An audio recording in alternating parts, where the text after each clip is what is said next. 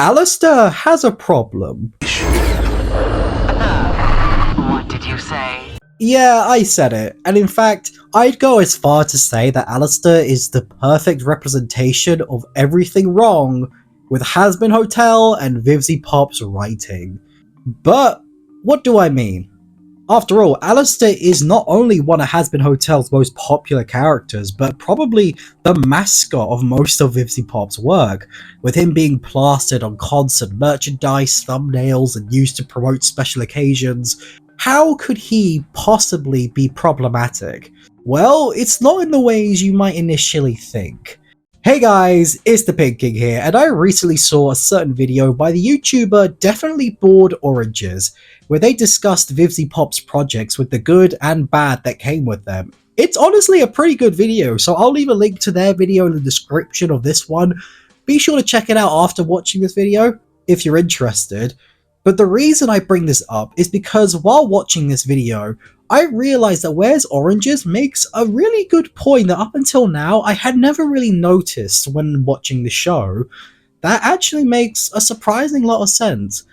That being Hazbin Hotel having a serious telling but not showing problem, with a lot of the more important events happening either off screen or just told to the audience and how we're supposed to feel about it. Ironically, this same issue is also prevalent in Hell of a Boss, but not to the same degree as Hazbin is.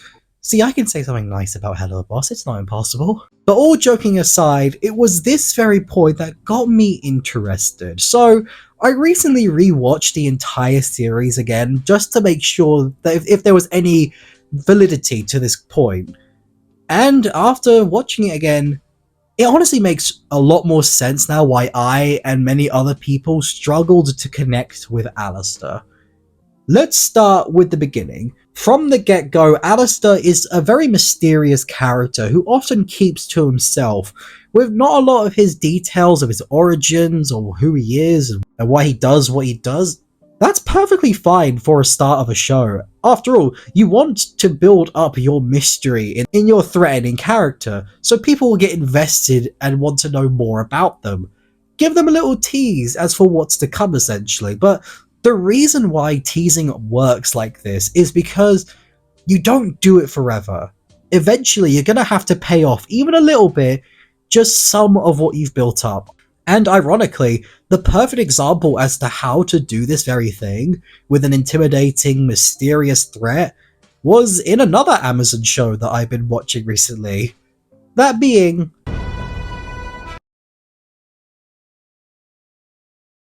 specifically with Omni-Man. He's also quite a mysterious being at the start with his strange, creepy behavior, but it was also paid off by showing us what he could really do, with each time he showed us getting more and more extreme to emphasize the serious threat he is. And in doing so, the few shocking moments by the end of the show, in hindsight, end up working as both payoffs and build-ups for the audience, as it makes us believe he's actually capable of doing all the stuff he's doing with a gradual build-up. Not only is it highly engaging for the audience, but it leaves us at the end of our seat. But with Alastor, that's not the case. Alastor will make threats and put on a spooky voice with everyone else being scared of him, but he'll rarely ever back it up.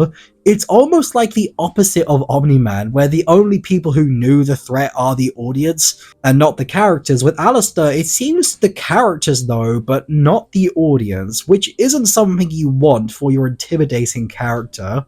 The most we get out of Alastor is him killing some gang members, and even then, it's not really all that shocking because it's not against tough threats, and it's treated as literal background noise to Charlie and Lucifer's chatter.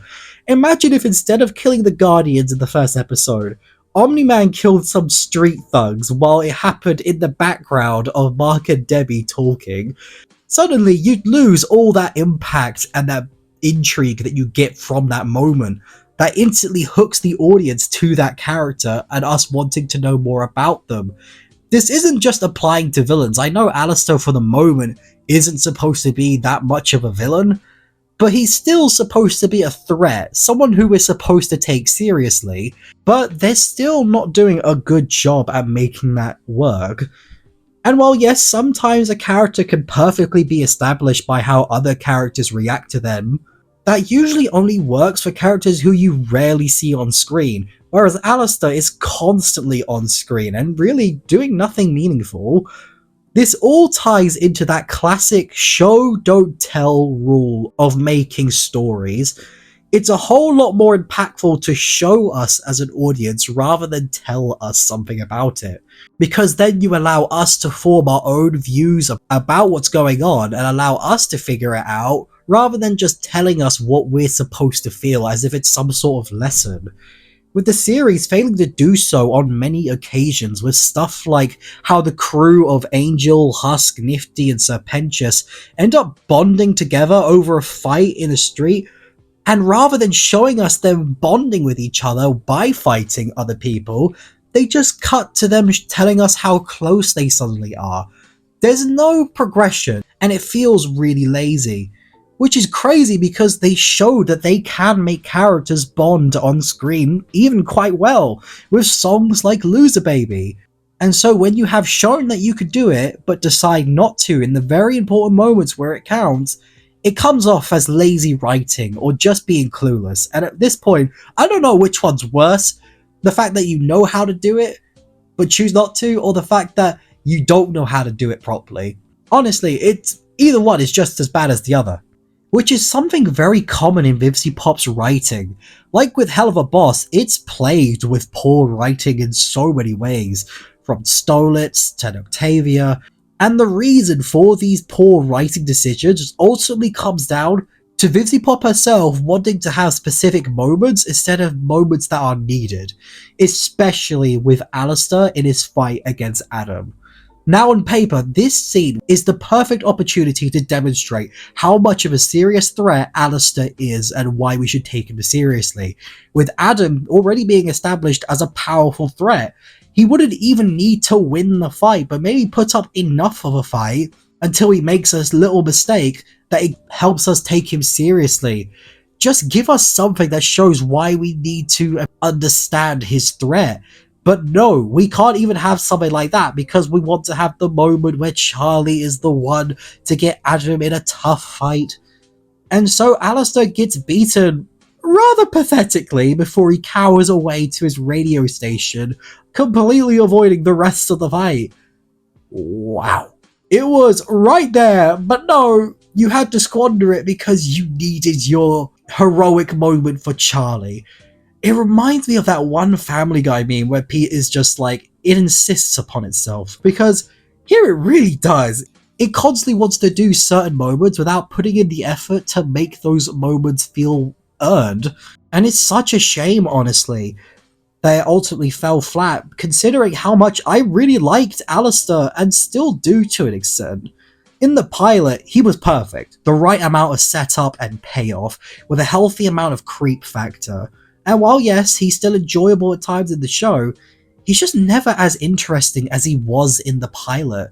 And to me, this just highlights exactly why Alistor is everything wrong with Hazbin Hotel, as he and the show have such interesting concepts with a lot of room to explore, as they have some pretty good setups, but they ultimately fail to meet those expectations, because they're either not doing anything, or they're doing the opposite to what they say. It's really as simple as that. But it's not too late. Again, it's only been season 1, and depending on how much they want to do, they still have plenty of time to make Alistor's character work a lot better. I argue that they should take inspiration from characters like Omni-Man, and find the right balance of mystery and menace. That's why I'm not being too harsh on Alistor here as I am with some of Vivzy Pop's other characters, as he's not had anywhere near as much time in comparison to her other train wrecks, so there's still time to make adjustments so he can work, and I'm really open to it because I do enjoy Alistor's performances and his comedy. He can be very interesting. I just feel a lot of that intrigue has just been lost because they don't really know how to use his character. But what do you guys think? Do you agree with my opinions on Alistor, or did I perhaps miss something? Let me know what you guys think down in the comments below. I'm very interested to see what you guys have to say on this, and I read all of your guys' comments, so if you have any thoughts on this matter, please feel free to comment down below, and let's have a little debate in the comments. A nice little friendly debate.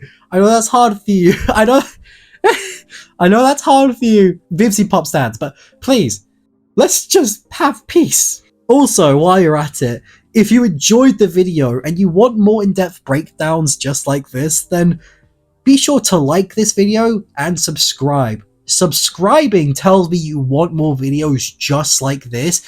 My goal is to get to 10,000 subscribers before the end of the year, and we are so close to hitting that goal already, even though it's only March. And if you want to support me and help and get more videos like this, then subscribe. But with that, peeps, it's been the Pig King here, and I will see you all next time.